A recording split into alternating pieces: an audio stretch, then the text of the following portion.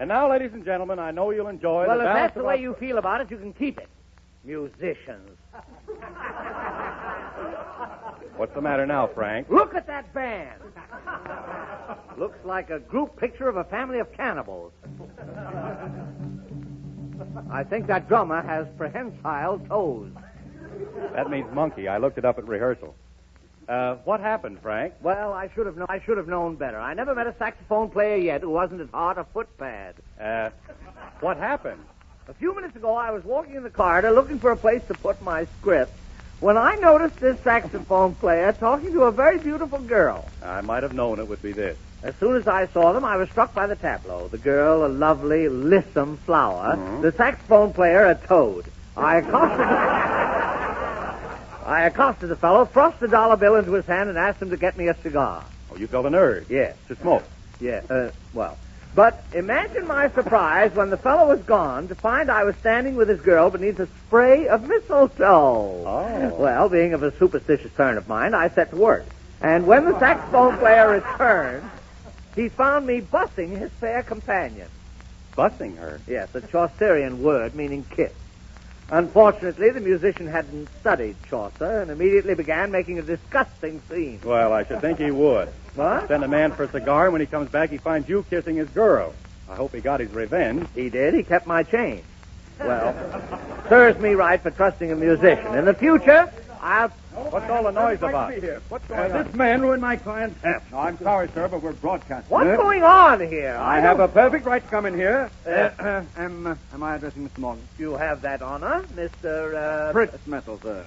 I'm an attorney. Attorney Prinzmetal. Yes. Well, delighted. Mr. Prinzmetal, this is Mr. Young. How do you do? How do you do? Mr. Willson. How do you do? How do you do? And Mr. Hull. How do you do? How do you do? Well, gentlemen, if you'll forgive me, I'll be running along. You'll find the cards and the chips in the left drawer. Mr. Morgan, I'm here on behalf of my client, and here is our bill of particulars. You've got a bill. Yes. Frank Morgan versus Fred Stunk. What's this? I don't know any Stunks. Well, I do.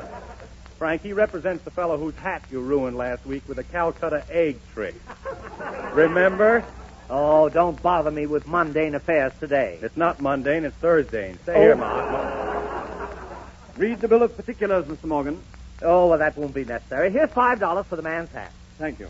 Now read the bill of particulars. But, my dear sir, I don't have to read. Read I know it, that... Frank. Read it? Yes. Oh, all right. Know all men by these presents, greetings to wit. Whereas Frank Morgan, defendant, did willfully and maliciously destroy the derby of the plaintiff, Fred Stunk, the said derby being valued at the sum of $10,000...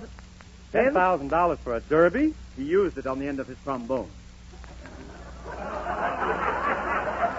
Why am I constantly being persecuted by musicians? Read the bill of particulars. Yes, well, $10,000 for the hat. Plaintiff also claims 50,000 damages for humiliation, 50,000 punitive damages, and $124 for Besola. Besola, what's that? That's my client's boat. He wants to get a new bottom put on it. Why should I buy Stunk a new bottom? For his boat?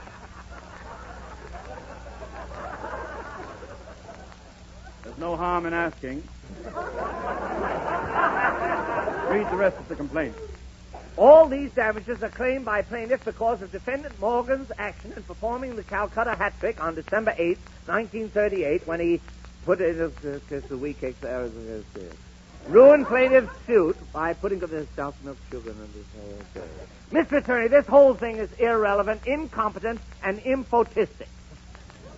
Hey, what's that? Impotistic. I don't know. I just put it in to worry him. Mr. Prinzmetal, nothing of the kind ever happened. Oh, what did happen? Well, I made one simple mistake in performing the trick, that's all. Oh, what do you mean? Well, my intention was to produce from your client's hat a stack of steaming wheat cakes. I possess certain magical powers. Oh, and Frank, cut it out. Huh? Oh, well, yes. Well, I can show you exactly where I went wrong.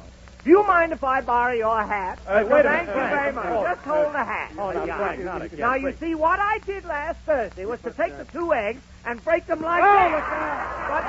What I should have done was to take the eggs and break them like this. dismissed. I'll see you all later. Mr. Morgan!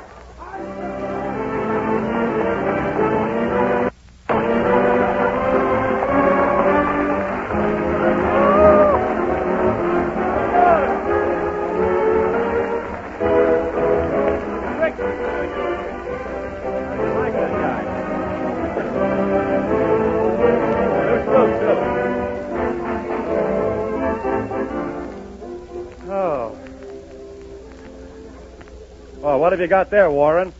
Not eggs. Wait till you hear it, Bob. It's a limerick from one of our many Maxwell House friends. His name is Ad Reinhardt. Well, come on, read it. Okay, listen. There was a young man named Bello who was always quite a good fellow. His superlative spouse served the new Maxwell House, the coffee that's rich, smooth, and mellow. By the way, Warren, are many people sending in jingles or limericks about Maxwell House? They sure are, Bob, and I want to thank all of our friends who take the trouble to write them. We really do appreciate it. And by the way, the minute hand of the clock is pointing straight down. So pull up your chairs and join our friendly circle in our regular Thursday evening custom. A steaming, fragrant cup of Maxwell House and the music of Meredith Willson.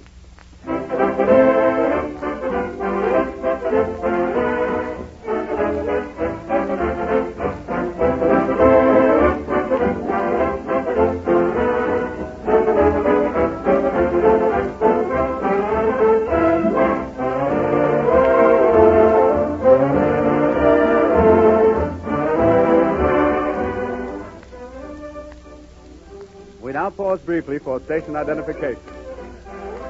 KFI, Los Angeles.